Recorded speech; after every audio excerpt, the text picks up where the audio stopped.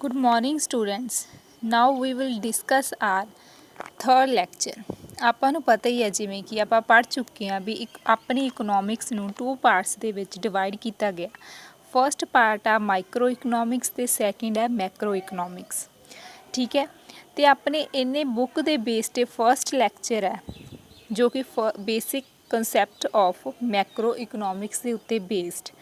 ਇਹਦੇ ਵਿੱਚ ਕੀ ਆ, ਆਪਾਂ +1 ਦੇ ਵਿੱਚ ਜਿਹੜੀ ਇਕਨੋਮਿਕਸ ਪੜ੍ਹੀ ਉਹ ਕਿਹਦੇ 'ਤੇ ਬੇਸਡ ਸੀ, ਮਾਈਕਰੋ ਇਕਨੋਮਿਕਸ, ਅਤੇ ਜਿਹੜੀ +2 ਦੇ ਵਿੱਚ ਪੜ੍ਹਨੀ ਆ ਉਹ ਬੇਸਡ ਆ ਮੈਕਰੋ ਇਕਨੋਮਿਕਸ ਦੇ ਉੱਪਰ। ਠੀਕ ਹੈ, ਸੋ ਆਪਾਂ ਕੀ ਕੰਪਲੀਟ ਕਰ ਚੁੱਕੇ ਹਾਂ। ਆਪਾਂ ਮੀਨਿੰਗ ਦੇਖਿਆ micro economics and macro economics, and then second lecture ਦੇ ਵਿੱਚ difference between the micro economics and the macro economics ਨੂੰ ਕੰਪਲੀਟ ਕੀਤਾ। ਠੀਕ ਹੈ, ਜਿਹੜੇ ਕਿ ਆਹ ਦੋਨੇ ਪੁਆਇੰਟਸ ਨੇ, ਟੌਪਿਕਸ ਨੇ, ਇਹ ਤੁਹਾਡੇ ਐਗਜ਼ਾਮ ਪੁਆਇੰਟ ਆਫ ਵਿਊ ਤੋਂ ਬਹੁਤ ਹੀ ਜ਼ਿਆਦਾ ਇੰਪੋਰਟੈਂਟ ਆ। ਆਪਣਾ ਜਿਹੜਾ ਫਸਟ ਚੈਪਟਰ ਆ ਉਹ ਹੈਗਾ basic concept of Macro economics. ਆਪਾਂ ਨੂੰ ਪਤਾ ਹੀ ਹੈ ਵੀ ਆਪਣੀ +2 ਦੇ ਵਿੱਚ ਜਿਹੜੀ ਵੀ ਇਕਨੋਮਿਕਸ ਪੜ੍ਹਨੀ ਆ ਉਹ ਸਾਰੀ ਕਿਹਦੇ 'ਤੇ ਬੇਸਡ ਆ, ਮੈਕਰੋ ਇਕਨੋਮਿਕਸ ਦੇ ਉੱਪਰ ਬੇਸਡ ਆ। ਸੋ ਆਪਾਂ ਪਹਿਲਾਂ ਇਹਦੇ ਮੀਨਿੰਗ ਤੋਂ ਸਟਾਰਟ ਕਰਦੇ ਹਾਂ, ਜੋ ਪਹਿਲਾਂ ਹੀ ਕਰ ਚੁੱਕੇ ਹਾਂ। ਆਪਾਂ ਇਹਨੂੰ ਹੋਰ ਵੀ ਡੀਪਲੀ ਦੇਖਦੇ ਹਾਂ। Meaning of macroeconomics. Macroeconomics is the study of economy as a whole. Whole मतलब ਪੂਰੀ ਦੀ ਪੂਰੀ ਇਕੋਨਮੀ, ਪੂਰੀ ਦੀ ਪੂਰੀ ਅਰਥ ਵਿਵਸਥਾ ਦੀ ਗੱਲ ਜਿਹੜੀ ਮੈਕਰੋ ਇਕਨੋਮਿਕਸ ਦੇ ਅੰਦਰ ਇਸ ਦਾ ਅਧਿਐਨ ਕੀਤਾ ਜਾਂਦਾ। ਠੀਕ ਹੈ, ਪੂਰੀ ਦੀ ਪੂਰੀ ਅਰਥ ਵਿਵਸਥਾ ਦਾ ਕੀ ਆ, ਇਹਦੇ ਵਿੱਚ ਸਟੱਡੀ ਕੀਤੀ ਜਾਂਦੀ ਆ। It analyzes the causes of major problems such as the high unemployment, inflation, low wages, low economic growth and increasing trade deficits. ਠੀਕ ਹੈ, ਹੁਣ ਮੈਕਰੋ ਇਕਨੋਮਿਕਸ ਦੇ ਵਿੱਚ ਆਪਾਂ ਕਿਹੜੀ ਪ੍ਰੋਬਲਮਸ ਆ ਜੋ ਡਿਸਕਸ ਕਰਾਂਗੇ। ਠੀਕ ਹੈ, ਇਹਦੇ ਵਿੱਚ ਕਿਹੜੀਆਂ ਪ੍ਰੋਬਲਮ ਦਾ ਵਿਸ਼ਲੇਸ਼ਣ ਕੀਤਾ ਜਾਂਦਾ। ਠੀਕ ਹੈ, ਅਤੇ ਕਿਹੜੇ ਕਾਰਨ ਆ ਜਿਨ੍ਹਾਂ ਕਰਕੇ ਇਹ ਪ੍ਰੋਬਲਮਸ ਆਉਂਦੀਆਂ। ਉਹਦੇ ਵਿੱਚ ਹਾਈ ਅਨਇੰਪਲਾਇਮੈਂਟ ਮਤਲਬ ਜਿਹੜੀ ਬੇਰੁਜ਼ਗਾਰੀ ਫੈਲ ਰਹੀ ਹੈ, ਇਨਫਲੇਸ਼ਨ ਮਤਲਬ ਕੀਮਤਾਂ ਵੱਧ ਰਹੀਆਂ, ਲੋ ਵੇਜਸ ਮਤਲਬ ਜਿਹੜੇ ਲੋਕ ਕੰਮ ਕਰਦੇ ਆ ਉਹਨਾਂ ਨੂੰ ਮਜ਼ਦੂਰੀ ਬਹੁਤ ਘੱਟ ਮਿਲ ਰਹੀ ਆ, ਅਤੇ ਇਕਨੋਮਿਕ ਗਰੋਥ ਆ ਜਿਹੜੀ ਆਪਣੀ ਇਕੋਨਮੀ ਦੀ ਕਿਉਂ ਘੱਟ ਆ। ਠੀਕ ਹੈ, ਐਂਡ ਇਨਕਰੀਜ਼ਿੰਗ ਟਰੇਡ ਡੈਫੀਸਿਟ, ਅਤੇ ਆਪਣੀ ਜਿਹੜੀ ਟਰੇਡ ਡੈਫੀਸਿਟਸ ਆ ਜਿਹੜਾ ਆਪਾਂ ਨੂੰ ਘਾਟਾ ਹੋ ਰਿਹਾ ਟਰੇਡ ਦੇ ਵਿੱਚ ਉਹ ਕਿਉਂ ਹੋ ਰਿਹਾ। ਠੀਕ ਹੈ, ਇਹ ਸਾਰੀਆਂ ਪ੍ਰੋਬਲਮਸ ਕਿਹਦੇ ਅੰਡਰ ਆ ਜਾਣਗੀਆਂ, ਮੈਕਰੋ ਇਕਨੋਮਿਕਸ ਦੇ ਅੰਡਰ। ਇਸ ਤੋਂ ਅੱਗੇ ਦੇਖੋ, the word macro has been derived from the Greek word macros meaning the large. ਜਿਵੇਂ ਆਪਾਂ ਪਹਿਲਾਂ ਹੀ ਪੜ੍ਹਿਆ, ਮੈਕਰੋ ਸ਼ਬਦ ਗ੍ਰੀਕ ਭਾਸ਼ਾ ਦੇ ਮੈਕਰੋਸ ਤੋਂ ਲਿਆ ਗਿਆ ਜਿਹਦਾ ਅਰਥ ਹੁੰਦਾ ਹੈ ਲਾਰਜ ਯਾਨੀ ਕਿ ਵੱਡਾ। It studies the behaviour of whole economic system in totally. ਠੀਕ ਹੈ, ਟੋਟਲੀ ਮਤਲਬ ਪੂਰੀ ਅਰਥ ਵਿਵਸਥਾ ਦੇ ਤੌਰ 'ਤੇ ਕੀ ਕਰਦਾ, ਇਹ ਸਾਰੇ ਇਕਨੋਮਿਕ ਸਿਸਟਮ ਨੂੰ ਦੇਖਦਾ। ਇਕਨੋਮਿਕ ਸਿਸਟਮ ਮਤਲਬ ਆਪਣੀ ਇਕੋਨਮੀ ਦੇ ਵਿੱਚ ਕਿਹੜੇ ਸੈਕਟਰ ਕੰਮ ਕਰ ਰਹੇ ਆ। ਠੀਕ ਹੈ, ਅਤੇ ਇਸ ਤੋਂ ਬਿਨਾਂ ਇਕਨੋਮਿਕ ਐਕਟੀਵਿਟੀਜ਼ ਜਿਹੜੀਆਂ ਕਿ ਆਪਣੀ ਇਕਨੋਮਿਕ ਸਿਸਟਮ ਦੇ ਅੰਦਰ ਜਿਹੜੀਆਂ ਇਨਕਲੂਡ ਹੁੰਦੀਆਂ। ਠੀਕ ਹੈ, ਉਹਨਾਂ ਦੇ ਬਿਹੇਵੀਅਰ ਦੀ ਸਟੱਡੀ ਕਰਦਾ। Therefore macro economics is also known as the aggregative economic. Aggregative ਕੀ ਹੁੰਦਾ, ਕੁੱਲ।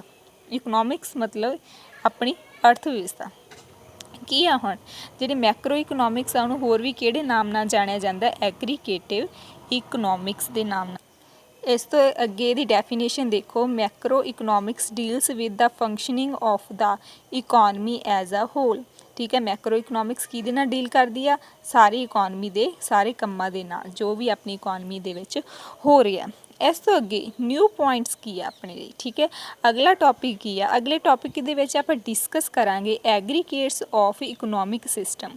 ਆਪਣੀ ਇਕਨੋਮਿਕ ਸਿਸਟਮ ਦੇ ਵਿੱਚ, ਆਪਣੀ ਇਕੋਨਮੀ ਦੇ ਵਿੱਚ, ਠੀਕ ਹੈ, ਜਿੰਨੇ ਵੀ ਸੈਕਟਰ ਆ, ਠੀਕ ਹੈ, ਜੋ ਵੀ ਹੋ ਰਿਹਾ ਆਪਣੀ ਉਹਨੂੰ ਕਿੰਨਾਂ ਨਾਲ ਮਿਲਾ ਕੇ, ਕਿਹੜੇ ਇਹੋ ਜਿਹੇ ਤੱਤ ਆ ਉਹਨਾਂ ਨੂੰ ਮਿਲਾ ਕੇ ਜਿਹੜੀ ਇਕਨੋਮਿਕ ਸਿਸਟਮ ਨੂੰ ਬਣਾਇਆ ਜਾਂਦਾ, ਅਤੇ ਮੈਕਰੋ ਇਕਨੋਮਿਕਸ ਕਿੰਨਾਂ ਬਾਰੇ ਸਟੱਡੀ ਕਰਦੀ ਆ। ठीक है। Macro economics covers various aggregates of economic system. ਆਪਣੇ ਇਕਨੋਮਿਕ ਸਿਸਟਮ ਦੇ ਵਿੱਚ ਬਹੁਤ ਸਾਰੇ ਇਹੋ ਜਿਹੇ ਕੀ ਆ ਇਕਨੋਮਿਕ ਐਕਟੀਵਿਟੀਜ਼ ਹੁੰਦੀਆਂ ਜਿਹਨੂੰ ਕਿ ਮੈਕਰੋ ਇਕਨੋਮਿਕਸ ਕੀ ਕਵਰ ਕਰਦੀ ਹੈ। ਠੀਕ ਹੈ, ਉਹ ਕਿਹਦੇ ਅੰਡਰ ਆ ਜਾਂਦੇ ਆ? ਮੈਕਰੋ ਇਕਨੋਮਿਕਸ ਦੇ ਅੰਡਰ। ਵਿਚ represent the economy as a whole, ਉਹਨਾਂ ਨੂੰ ਮਿਲਾ ਕੇ ਜਿਹੜੀ ਇਕੋਨਮੀ ਆਪਣੀ ਰੀਪ੍ਰਜੈਂਟ ਹੁੰਦੀ ਆ ਵੀ ਆਪਣੀ ਇਕੋਨਮੀ ਦੇ ਵਿੱਚ ਕਿਹੜੇ ਕਿਹੜੇ ਸੈਕਟਰਸ ਆ ਜਾਂ ਕਿਹੜੀਆਂ ਕਿਹੜੀਆਂ ਐਕਟੀਵਿਟੀਜ਼ ਹੋ ਰਹੀਆਂ। The important aggregates of economic system are, ਆਪਣੀ ਇਕਨੋਮਿਕ ਸਿਸਟਮ ਦੇ ਵਿੱਚ ਕਿਹੜੇ ਕਿਹੜੇ ਤੱਤ ਆ, ਠੀਕ ਹੈ, ਉਹਨਾਂ ਨੂੰ ਆਪਾਂ ਹੇਠ ਲਿਖੇ ਢੰਗ ਦੇ ਨਾਲ ਕੀ ਹੈ ਡਿਵਾਈਡ ਕਰਾਂਗੇ। ਅੱਜ ਆਪਾਂ ਓਨਲੀ 3 ਪੁਆਇੰਟਸ ਨੂੰ ਹੀ ਡਿਸਕਸ ਕਰਨਾ। ਉਹਦੇ ਵਿੱਚ ਫਸਟ ਕੀ ਹੈ? National income. ਆਪਾਂ ਨੂੰ ਪਤਾ ਵੀ ਆਪਾਂ ਮੈਕਰੋ ਇਕਨੋਮਿਕਸ ਕਰ ਰਹੇ ਹਾਂ ਅਤੇ ਇਹਦੇ ਵਿੱਚ ਕਿਸੇ ਇੱਕ ਵਿਅਕਤੀ ਦੀ ਇਨਕਮ ਬਾਰੇ ਨਹੀਂ ਗੱਲ ਕਰਾਂਗੇ, ਆਪਾਂ ਨੈਸ਼ਨਲ ਇਨਕਮ ਬਾਰੇ ਗੱਲ ਕਰਾਂਗੇ। ਨੈਸ਼ਨਲ ਇਨਕਮ ਦਾ ਮਤਲਬ ਹੁੰਦਾ ਆਪਣੀ ਇਕੋਨਮੀ ਦੇ ਵਿੱਚ ਜਿੰਨੇ ਵੀ ਵਿਅਕਤੀ ਰਹਿੰਦੇ ਆ ਉਹਨਾਂ ਦੀ ਇੱਕ ਸਾਲ ਦੇ ਵਿੱਚ ਕੀ ਆ ਕਿੰਨੀ ਆਮਦਨ ਇਕੱਠੀ ਹੁੰਦੀ ਆ। ਠੀਕ ਹੈ, ਦੇਖੋ macro economics deals with the national income. Macro economics ਕਿਹਦੇ ਨਾਲ ਡੀਲ ਕਰਦੀ ਹੈ? ਨੈਸ਼ਨਲ ਇਨਕਮ ਦੇ ਨਾਲ। It's various concept, national income ਦੇ ਬਹੁਤ ਸਾਰੇ ਕਨਸੈਪਟ ਇਹਦੇ ਵਿੱਚ ਆਉਂਦੇ ਆ। ਐਗਰੀਗੇਟਸ ਬਹੁਤ ਸਾਰੇ ਤੱਤ ਆਉਂਦੇ ਆ, ਠੀਕ ਹੈ, ਜਿਨ੍ਹਾਂ ਨੂੰ ਮਿਲਾ ਕੇ ਜਿਹੜੀ ਆ ਨੈਸ਼ਨਲ ਇਨਕਮ ਆ ਜਿਹੜੀ ਬਣਦੀ ਹੈ। And methods of measurement and social counting. ਠੀਕ ਹੈ, ਇਹਦੇ ਵਿੱਚ ਇਸ ਤੋਂ ਬਿਨਾਂ ਮੈਕਰੋ ਇਕਨੋਮਿਕਸ ਵਿੱਚ ਆਪਾਂ ਕੀ ਕੀ ਪੜ੍ਹਦੇ ਹਾਂ? ਨੈਸ਼ਨਲ ਇਨਕਮ ਨੂੰ ਮੈਜ਼ਰ ਕਰਨ ਦੇ ਵਾਲੇ ਮੈਥਡਸ। ਇਸ ਤੋਂ ਬਿਨਾਂ ਸੋਸ਼ਲ ਅਕਾਊਂਟਿੰਗ। ਸੋਸ਼ਲ ਅਕਾਊਂਟਿੰਗ ਕੀ ਹੁੰਦਾ ਵੀ ਆਪਣੇ ਦੇਸ਼ ਵਿੱਚ ਕਿੰਨੇ ਜ਼ਿਆਦਾ ਅਮੀਰ ਵਿਅਕਤੀ ਆ, ਕਿੰਨੇ ਗਰੀਬ ਆ, ਇਹਨਾਂ ਦੀ ਗੱਲ ਵੀ ਆਪਾਂ ਕਿੱਥੇ ਕਰਾਂਗੇ? ਮੈਕਰੋ ਇਕਨੋਮਿਕਸ ਦੇ ਵਿੱਚ। ਇਸ ਤੋਂ ਅੱਗੇ ਆਪਾਂ ਇਹਦੇ ਵਿੱਚ ਗੱਲ ਕਰਾਂਗੇ ਥਿਊਰੀ ਆਫ ਇੰਪਲਾਇਮੈਂਟ। ਮਤਲਬ ਇਹਦੇ ਵਿੱਚ ਆਪਾਂ ਰੋਜ਼ਗਾਰ ਦੇ ਸਿਧਾਂਤ ਨੂੰ ਵੀ ਪੜ੍ਹਾਂਗੇ। ਕਿਹਦੇ ਵਿੱਚ? ਮੈਕਰੋ ਇਕਨੋਮਿਕਸ ਦੇ ਵਿੱਚ। Macro economics explains what determines the level of employment in the economy। ਠੀਕ ਹੈ, ਮੈਕਰੋ ਇਕਨੋਮਿਕਸ ਕਿਹਦੇ ਨਾਲ ਕਿਹਨੂੰ ਐਕਸਪਲੇਨ ਕਰਦੀ ਹੈ ਕਿ ਆਪਣੇ ਜਿਹੜੀ ਇਕੋਨਮੀ ਦੇ ਵਿੱਚ ਆਪਣੀ ਅਰਥ ਵਿਵਸਥਾ ਦੇ ਵਿੱਚ ਇੰਪਲਾਇਮੈਂਟ ਦਾ ਕੀ ਲੈਵਲ ਆ, ਮਤਲਬ ਕਿੰਨੇ ਲੋਕਾਂ ਨੂੰ ਕੀ ਰੁਜ਼ਗਾਰ ਮਿਲਿਆ ਹੋਇਆ ਅਤੇ ਕਿੰਨੇ ਲੋਕ ਆ ਜਿਹੜੇ ਉਹ ਬੇਰੁਜ਼ਗਾਰ ਆ। ਇਸ ਤੋਂ ਅੱਗੇ and causes of involuntary unemployment, ਅਤੇ ਕੀ ਕਾਰਨ ਆ ਅਨਇੱਛਕ ਬੇਰੁਜ਼ਗਾਰੀ। ਹੁਣ ਅਨਇੱਛਤ ਬੇਰੁਜ਼ਗਾਰੀ ਕਿਹੜੀ ਹੁੰਦੀ ਆ? Involuntary unemployment prevails when there are workers who are willing to work at the prevailing wage rate but do not get work। ਮਤਲਬ ਜਿਹੜੇ ਵਿਅਕਤੀ ਆਪਣੀ ਜੋ ਵੀ ਵੇਜਸ ਮਿਲ ਰਹੀਆਂ, ਕੰਮ ਦੇ ਬਦਲੇ ਜੋ ਵੀ ਉਹਨਾਂ ਨੂੰ ਪੈਸਾ ਮਿਲ ਰਿਹਾ, ਉਹਨਾਂ 'ਤੇ ਕੰਮ ਕਰਨ ਲਈ ਤਿਆਰ ਹੁੰਦਾ ਪਰ ਉਹਨਾਂ ਨੂੰ ਕੰਮ ਨਹੀਂ ਮਿਲਦਾ, ਉਹਨਾਂ ਨੂੰ ਇਨਵੋਲੰਟਰੀ ਅਨਇੰਪਲਾਇਮੈਂਟ ਕਿਹਾ ਜਾਂਦਾ। ਠੀਕ ਹੈ, ਕੇਨਜ਼ਨ ਜਿਹੜਾ ਕੇਨਜ਼ ਆ ਇਹ ਇੱਕ economics explain the factors that determines the level of output and employment in the economy। Economy ਦੇ ਵਿੱਚ ਉਹਨਾਂ ਨੇ ਕਿਹੜੇ ਕਿਹੜੇ ਲੈਵਲ ਨੂੰ ਐਕਸਪਲੇਨ ਕੀਤਾ? ਆਊਟਪੁੱਟ ਅਤੇ ਇੰਪਲਾਇਮੈਂਟ ਦੇ। ਅੱਗੇ ਆਪਣਾ ਥਰਡ ਕੀ ਆ point? General price level. Price level ਕੀ ਹੁੰਦਾ ਵੀ ਆਪਣੇ ਦੇਸ਼ ਵਿੱਚ ਜਿੰਨੀਆਂ ਵੀ ਵਸਤੂਆਂ ਬਣ ਰਹੀਆਂ ਉਹਨਾਂ ਦਾ ਪ੍ਰਾਈਜ਼ ਕੀ ਆ। ਠੀਕ ਹੈ, ਜੋ ਕਿ ਆਪਣੀ ਇਕੋਨਮੀ ਦੇ ਵਿੱਚ ਚੱਲ ਰਿਹਾ। Macro economics also deals with the general price level in the economy. Macro economics ਕਿਹਦੇ ਨਾਲ ਹੋਰ ਡੀਲ ਕਰਦਾ? ਜਨਰਲ ਪ੍ਰਾਈਜ਼ ਲੈਵਲ ਨਾਲ।